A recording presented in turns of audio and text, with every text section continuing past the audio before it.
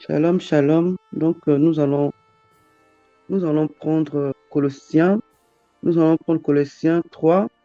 Nous allons lire le 1 jusqu'à 2.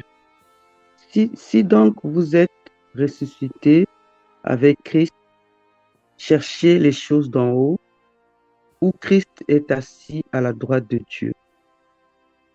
Affectionnez-vous aux choses d'en haut et non à celles qui sont sur la terre. Donc, nous allons continuer. Nous allons prendre Proverbe 24, nous allons lire le 16. Car cette fois le juste tombe et il se relève, mais les méchants sont précipités dans le malheur. Continuons, nous allons prendre Matthieu 7, nous allons lire le 13 et jusqu'à 14. Entrez par la porte étroite, car large est la porte, spacieux est le chemin qui mène à la perdition. Et il y en a beaucoup qui entrent par là. Mais étroite est la porte réservée, le chemin qui mène à la vie. Et il y en a peu qui les trouvent. Continuons, nous allons prendre Hébreux 12, 14. Recherchez la paix avec tous et la sanctification, sans laquelle personne ne verra le Seigneur. Pour finir, nous allons prendre Galates. Donc, Galates 5, nous allons lire le 16, nous allons lire jusqu'au 18. Je dis donc, marchez selon l'esprit et vous n'accomplirez pas les désirs de la chair. Car la chair a des désirs contraires à ceux de l'esprit. Et l'esprit, on a de contraires à ceux de la chair. Ils sont opposés entre eux, afin que vous ne fassiez point ce que vous voudriez. Si vous êtes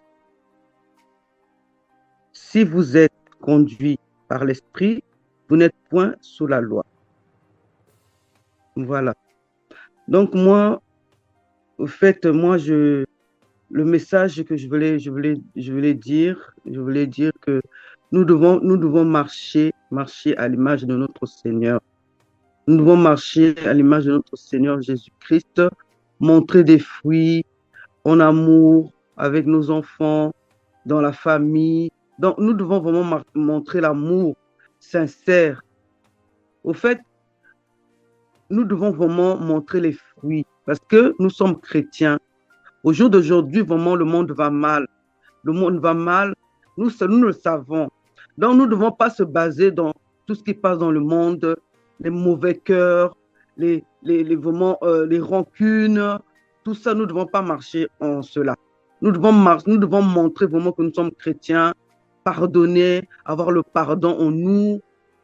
Nous devons montrer à nos enfants, pardonner à nos enfants, si nos enfants nous font mal, hein, nous devons pardonner. Nous devons montrer aussi que le Seigneur nous parle. Montrer à nos enfants la Bible, montrer, nous devons prier sans cesse. Ça, nous devons vraiment montrer. Parce que si nous ne prions pas, nous n'avons pas les œuvres de notre Seigneur. Nous n'avons pas l'amour. Nous n'allons pas pardonner à nos voisins. Nous n'allons pas pardonner à notre prochain. Donc, toutes ces choses-là, ça va être égaré en nous. Donc, ça ne va pas marcher en nous, toutes ces choses-là. Donc, nous devons vraiment avoir les fruits de notre Seigneur. Les fruits, l'amour, le pardon, la bonté, toutes ces choses-là, ça doit être vraiment en nous. Nous devons vraiment le garder. Parce que si nous gardons cela, nous allons marcher vraiment selon notre Seigneur. Parce que le Seigneur nous demande aussi de pardonner, même 7 fois, même 10 fois. Le pardon doit être en nous, dans notre cœur. Nous devons avoir un bon cœur comment parler avec notre mari, comment parler avec notre femme, comment parler avec nos enfants. Donc, nous devons avoir tout cela parce que nous montrons que nous sommes chrétiens. Ce n'est pas chrétien par les paroles. Nous devons montrer les fruits. Oh oui, nous sommes chrétiens. Dans la famille, il y a des soucis. Nous ne sommes pas là. On nous appelle pour un petit souci. Il y a les décès. Tu n'as rien, tu n'as pas d'argent. Mais tu as l'argent pour acheter des habits. Tu as l'argent pour t'acheter, d'aller au concert. Hein? Non, non, frère, non, sœur. Nous devons vraiment montrer nos fruits, parce que le Seigneur nous demande de montrer les fruits.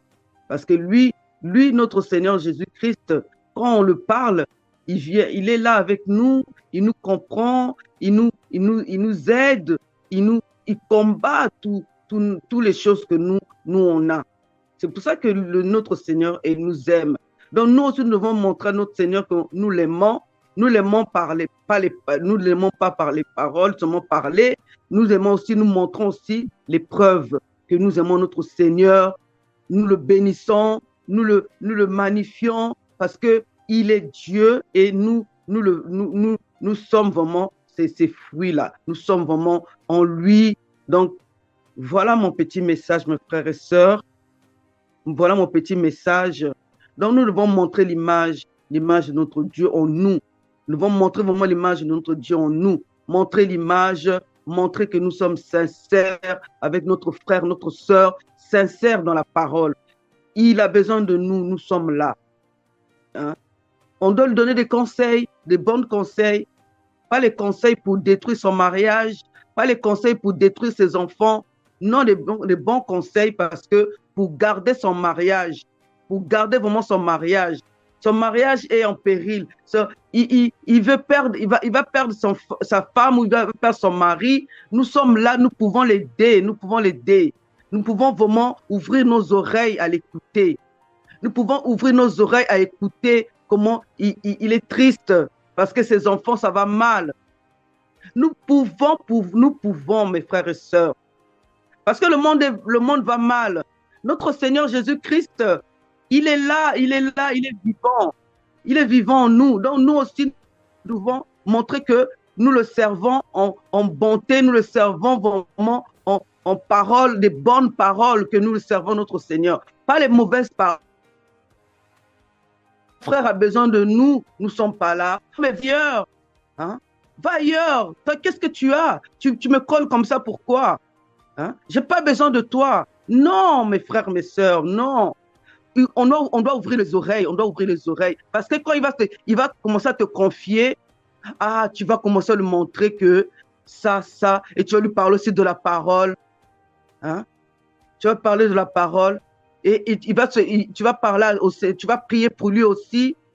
Tu vas parler au Seigneur. Tu dis, le Seigneur, regarde ce frère-là. Ce frère-là, il a ses soucis, Seigneur. Seigneur, je mets ce frère-là dans la prière, Seigneur. Aide ce frère-là. Regarde son couple, ça va mal. Aide ce frère-là, aide cette sœur-là. Je sais, avec toi, Seigneur, c'est le mariage de la sœur, le mariage du frère, ça va aller vraiment de l'avant avec toi, Seigneur, parce que c'est toi, je sais que c'est toi qui leur a donné ce mariage. Je sais que c'est toi qui vas faire en sorte que ce mariage aille de l'avant avec toi. Et ces enfants, Seigneur, je te laisse ces enfants, je laisse que tu guides ces enfants. Tu vas voir, en priant, le frère, il va se confier en toi, la sœur va se confier en toi. Tu vas voir comment ça va aller bien dans leur vie. Et toi, tu vas être contente.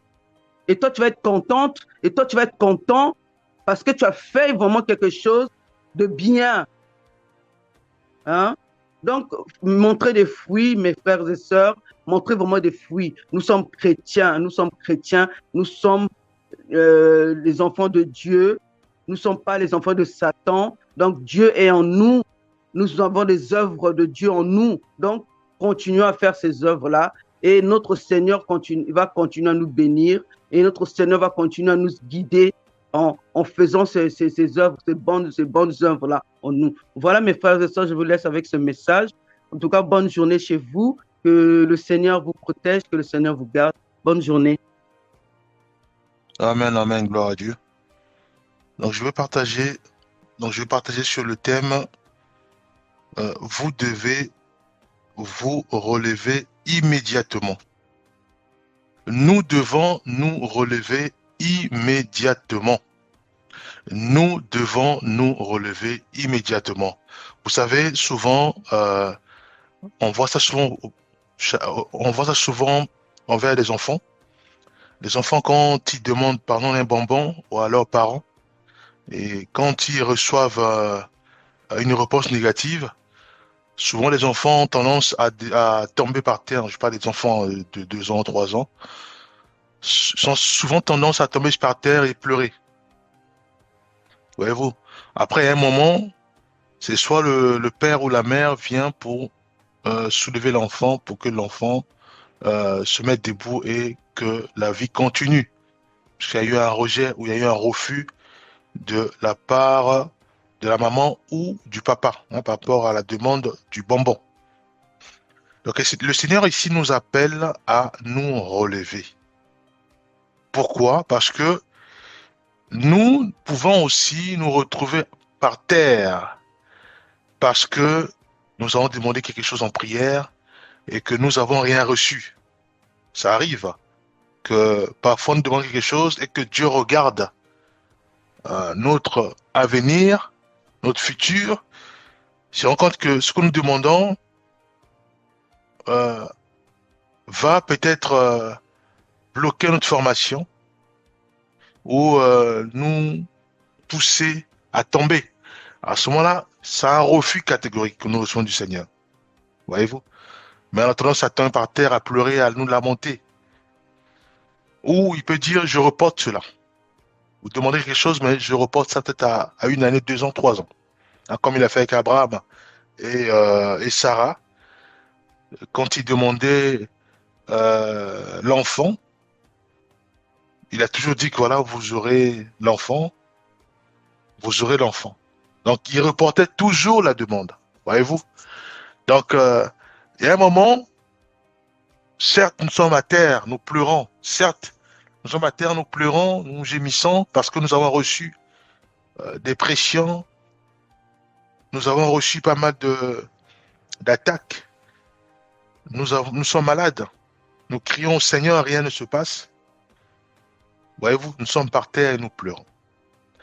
Dieu nous demande à nous, il nous dit, vous devez vous relever immédiatement. Nous devons nous mettre debout, bien-aimés, et à avancer. Nous devons nous relever. Pourquoi? Parce que si le Seigneur a mis en moi des dons ou talents pour enseigner tout un quartier, pour enseigner ma famille, pour aider, par exemple, les personnes âgées dans mon quartier, voyez-vous? Mais le fait de demander au Seigneur, ou le fait que j'ai reçu un coup dur, soit mon épouse m'a quitté, soit j'ai perdu un travail, soit j'ai demandé quelque chose au Seigneur, j'ai rien reçu, soit mes projets sont figés ou bloqués. À ce moment-là, je suis à terre, je pense qu'à ça. Je prends 1 année, je prends 6 mois, je prends 3 mois à penser qu'à ça. Sachant que ce que j'ai reçu du Seigneur pour aider les personnes âgées, pour fortifier tout mon quartier, dort en moi parce que je n'utilise pas. Parce que je suis euh, concentré à autre chose, ou cette chose est bloquée, bien aimé. Je suis concentré à quelque chose qui est bloqué. Dieu me dit, arrête d'être par terre. Arrête de te lamenter par terre. Tu dois te relever et immédiatement, bien aimé. Nous devons nous relever immédiatement. Dieu dit quoi? Dieu dit ceci dans, dans Proverbe 24, verset 16. Il dit, car le juste tombe 7 fois et il se relève. Mais les méchants sont précipités dans le malheur. Voyez-vous, nous devons nous relever, bien-aimés. Alors, pourquoi es-tu par terre? Est-ce que c'est des problèmes de couple? Est-ce que c'est l'infidélité de ton mari ou de ton épouse? Est-ce que c'est tes enfants qui te tournent la tête? Dieu te demande de te relever. Voyez-vous? Relever consiste aussi à intégrer ce sujet de prière quand nous prions en famille. Se relever consiste à dire, Seigneur, j'arrive pas à gérer cette situation, mais je te les confie. Je ne pense plus à ça. Maintenant, je dois faire ce pourquoi tu m'as appelé. Si c'est pour m'occuper des migrants, si c'est pour m'occuper des gens qui sont dans la rue, si c'est pour m'occuper des orphelins, je dois le faire. Parce que ils sont bloqués. Parce que ils sont bloqués. Parce que j'ai cette grâce. Parce que je transporte cette grâce. Mais je n'utilise pas, bien aimé. Donc Dieu doit me fortifier à briller puissamment sur ce qu'il m'a donné. Et laisser cette situation de blocage au maître du Seigneur. On dit, Seigneur, je te laisse ça, règle ça. Je te laisse ça. Parce que si je m'occupe de ça, je serai constamment par terre, dans les jeûnes, à prier, à crier vers toi. Sachant que de l'autre côté, tout est paralysé parce que je ne me lève pas, parce que je ne brille pas, parce que je ne suis pas le sel de la terre. Voyez-vous? Je me dis à moi, le juste tombe cette fois et il se relève, bien aimé. C'est quoi? Pourquoi tu es par terre? Est-ce que c'est la prostitution? Est-ce que c'est la drogue? Est-ce que c'est le rejet? Est-ce que c'est les humiliations? Est-ce que ce sont les harcèlements? Tu dois te relever, bien aimé, dans la prière. Tu dois te relever en parlant avec des autres. Tu dois te relever, bien aimé. On ne peut pas rester par terre.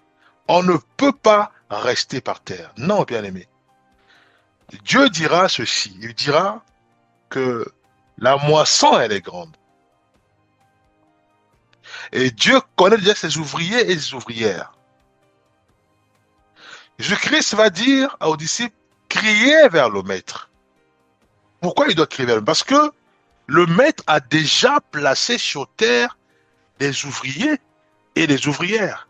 Mais malheureusement, ils sont par terre. Ils gémissent comme des enfants. Ils pleurent comme des enfants. Voyez-vous? Mais c'est le Père qui doit les toucher.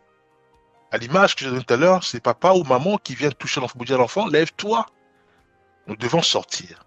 Mais le bonbon, tu ne l'auras pas. Voyez-vous? Ou ça a été reporté. Mais nous devons nous relever, bien aimés. Si la maison elle est paralysée, je dois me relever et avancer. Si le projet de la maison plutôt est paralysé, je dois me relever, bien aimé. Nous devons nous relever. Pourquoi?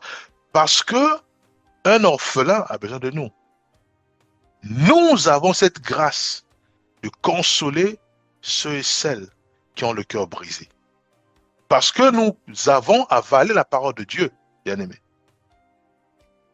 Mais si nous ne nous relevons pas, mais comment, qui va consoler ce frère qui est dans la rue, ce frère qui se trouve chez toi à la maison abattu, déboussolé, cette sœur ou ton collègue au travail, bien aimé. Puisque moi-même j'ai autre chose à faire, or la chose elle est bloquée, mais je reste toujours par terre. Dieu me dit je dois me relever et il me dit immédiatement, bien aimé. Voyez-vous? Pourquoi? Parce que sa puissance est en nous. Parce qu'il veut éclater sa puissance dans nos vies, dans d'autres domaines. Ésaïe 40, versets 29 à 31. Il donne de la force à celui qui est fatigué et il augmente la vigueur de celui qui tombe en défaillance. Ceux qui se confient en l'Éternel renouvellent leur force. Ils prennent leur vol comme les aigles. Ils courent et ne se lassent point. Ils marchent et ne se fatiguent point. Voyez-vous? Nous avons été choisis. Dieu nous a mis, nous avons des talents, des grâces. Mais nous demandons encore, mais quels sont mes talents? Mais Dieu les a mis en nous. Demandons au Maître, quels sont mes dons? Il va nous le dire. Voyez-vous? Rien que nous-mêmes, on peut déjà savoir. Mais nous brillons sur quoi? Sur quel domaine je suis à l'aise?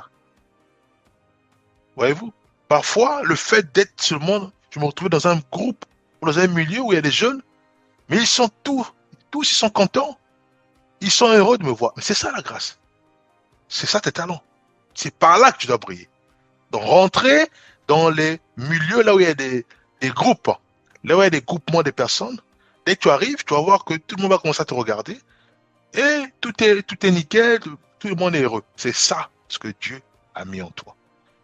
Voyez-vous? Donc, tu dois te relever immédiatement pour aller réellement, soit au travail, soit à l'école, et parler du Seigneur. Ou rien que ta présence rend les bien-aimés heureux parce que tu parles bien, parce que tu fais sourire, parce que tu conseilles, bien-aimé. Oui, bien-aimé, c'est ce que Dieu attend de nous. C'est par là que Dieu attend de nous. Voyez? Mais nous ne devons pas, bien entendu, nous ne devons pas nous lamenter en disant, ah Seigneur, vraiment pardonne-moi parce qu'effectivement, je suis resté trop longtemps par terre. Non. Romains 8.1 dit quoi? Romains 8.1 dit, il n'y a donc maintenant aucune condamnation pour ceux qui sont en Jésus-Christ. Donc je reconnais que je foule aux pieds la grâce de Dieu qui m'a mis la grâce de Dieu en moi. Je foule aux pieds les dons que Dieu a mis en moi. Puisque je suis à terre, Seigneur, mes projets sont bloqués. Mon entreprise ne fonctionne plus. Les projets de mes maisons sont bloqués. Mon mariage va à l'éclat. Comment on appelle ça? Les enfants sont têtus. Voyez-vous? Je crie au Seigneur par rapport à ça. Oh, Dieu a enfoui en moi les grâces et les talents pour secourir, pour conseiller, pour fortifier, pour relever, pour bâtir des églises, pour bâtir des stratégies. Bien aimé. Voyez-vous? Maintenant, je reconnais qu'effectivement, je suis resté trop longtemps par terre en criant vers le Seigneur sur autre chose, mais qui est bloqué. Soit aussi par le Seigneur aussi, pour nous corriger. Est-ce que je dois me culpabiliser? Non. Je dois dire, Seigneur, pardonne-moi, et Dieu pardonne aussitôt. Et aussitôt, je dois me relever immédiatement et aller réellement prier par rapport avec les talents que Dieu m'a donnés. Voyez-vous? Éphésiens 6, que nous connaissons tous, Éphésiens 6, 11 à 13. Revêtez-vous de l'armure de Dieu afin de pouvoir tenir ferme contre les ruses du diable. Donc, je me relève parce que j'étais par terre. Voyez-vous? Je dois enseigner à mon quartier qui est Jésus-Christ. Malgré que dans mon quartier, ma maison, le projet de ma maison est bloqué, mes choses ne fonctionnent pas. Mais Dieu me dit à moi, je dois me parer de l'armure de Dieu, de l'armure d'un chrétien, de l'armure de Dieu. Voyez-vous? Donc je me relève, je demande pardon au Seigneur, je me relève, et je sais pertinemment que j'ai la capacité d'enseigner un quartier, de décimer les projets du malin. J'ai les clés, j'ai les dons, j'ai les grâces que Dieu a enfuies en moi. Il suffit simplement que je me relève, je mets en place des stratégies. La puissance de la prière inonde puissamment tout un quartier. Mais bien aimé, Dieu me demande de me parer maintenant de l'armure de Dieu. Il dit, revêtez-vous de l'armure de Dieu afin de pouvoir tenir ferme contre les ruses du diable. Prenez toutes les armes de Dieu, bien aimé, afin de pouvoir résister dans les mauvais jours. Voyez-vous, je dois me relever, malgré que j'ai mal encore dans mon cœur, parce que on m'a refusé le bonbon.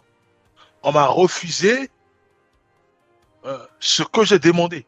Mais Dieu me dit à moi, relève-toi immédiatement, pars-toi de l'arme de Dieu et va briller, puisqu'il t'a donné en toi les grâces. Il a donné en toi les capacités. Voyez-vous? S'il faut enseigner dans un métro, tu dois le faire. Enseigner dans un train, tu dois le faire. Enseigner dans un quartier, tu dois le faire. S'il faut aller chanter simplement dans des maisons là où on reçoit des personnes âgées, va chanter. Rien que ça, ils vont glorifier le Seigneur afin que les hommes voient en vous les bonnes œuvres et qui glorifient votre maître. Rien que ça, bien-aimé. C'est ce que Dieu attend de nous, bien-aimé. Mais nous sommes encore par terre en train de gémir, de pleurer, manque de foi, baisse de foi, je ne comprends pas. Mon mari est infidèle, mon épouse, on ne comprend pas. Dieu dit, relève-toi, tu as les capacités, tu as les grâces que Dieu t'a données, va briller, bien-aimé. Tu dois briller. Voyez-vous? Hébreux 2, pardon, 12, verset 2. Ayant les regards sur Jésus, le chef et le consommateur de la foi, qui, en vue de la joie qui lui était réservée, a souffert la croix, méprisé l'ignominie et s'est assis à la droite du trône de Dieu. Bien aimé, il y a un moment où nous devons réaliser que c'est vrai, j'ai tellement mal dans mon cœur. J'ai tellement mal dans mon cœur parce que j'ai entendu des choses. J'ai tellement mal dans mon cœur parce que j'ai vu des choses. Parce que rien ne fonctionne. Dieu me dit à moi maintenant, je dois me relever immédiatement. Et mes regards doivent s'orienter vers le Maître, vers Jésus-Christ. Fini avec ces histoires de bonbons et autres. Je ne pense même pas à ça. Écoute, Seigneur, ça fait 1 année, je suis là, par terre. Ça fait 6 mois, je suis là par terre. Écoute, je te laisse ça, gère ça. Et maintenant, moi, je dois briller sur ce que tu m'as donné. Je brille sur autre chose. Mes regards sont fixés vers toi. Parce que c'est toi qui es mon maître. C'est toi qui me guide. C'est toi qui me fortifie, qui me protège. Maintenant, conduis-moi, je dois briller. Voyez-vous? Michée 7, 8. Ne te réjouis pas à mon sujet, mon ennemi. Car si je suis tombé, je me relèverai. Si je suis assise dans les ténèbres, l'Éternel sera ma lumière. Voyez-vous? C'est ce que nous devons. Nous devons nous nourrir par ce genre de paroles. Nous devons nous nourrir par ce genre de vérité biblique, bien aimé. Je suis par terre parce que tout est bloqué. Parce que les administrations ont bloqué les choses. Et ils se moquent de moi. Et ils se réjouissent de moi. Je dois les ignorer. Je dois dire ceci. Ne te réjouis pas à mon sujet. Dans la prière, Seigneur, tu vois les gémissements, tu vois mes gémissements, tu vois mes pleurs. Mais en face de moi, il y a l'administration qui se moque de moi. Il y a ceci, cela. Il y a des blocages volontaires, Seigneur. Je sais que je suis à terre, pas mes soucis, pas mes pleurs, pas mes larmes. Je suis à terre. Mais je sais aussi que toi, tu vas me relever. Parce qu'il faut que je me relève. Il faut que j'efface dans ma tête, dans mes pensées, dans mon cœur, cette situation de douleur. Cette situation qui me prive le sommeil, qui m'angoisse. Je dois l'effacer dans mon cœur. Parce qu'il faut que je me relève immédiatement. Je dois briller dans le couloir, dans le domaine que tu m'as donné. Si c'est pour enseigner des enfants, je dois briller là-dedans. Voyez-vous? Mais je dois effacer littéralement et définitivement les pensées de ma vie antérieure où je me retrouvais encore par terre. Je suis assis dans les ténèbres. L'Éternel sera ma lumière. Voyez-vous? Bien-aimé. Nous allons prier. Père Céleste, tu es notre Dieu. C'est toi qui es notre lumière. C'est toi qui es notre Seigneur, Père. Nous sommes trop assis par terre. Nous voulons nous relever, Père. Le malin saccage. Le malin décime. Le malin est en train de faire un carnage dans nos quartiers, dans nos familles, dans nos maisons, Père. Il est en train de faire un carnage de la haine, de la colère, des disputes hautes dans nos nations. Aide-nous, Éternel des armées, à nous relever, Père Céleste. Ouvre nos oreilles, ouvre nos yeux afin que nous puissions voir. Ouvre nos oreilles afin que nous puissions entendre ce carnage. Ouvre notre bouche afin que nous puissions parler en ton nom.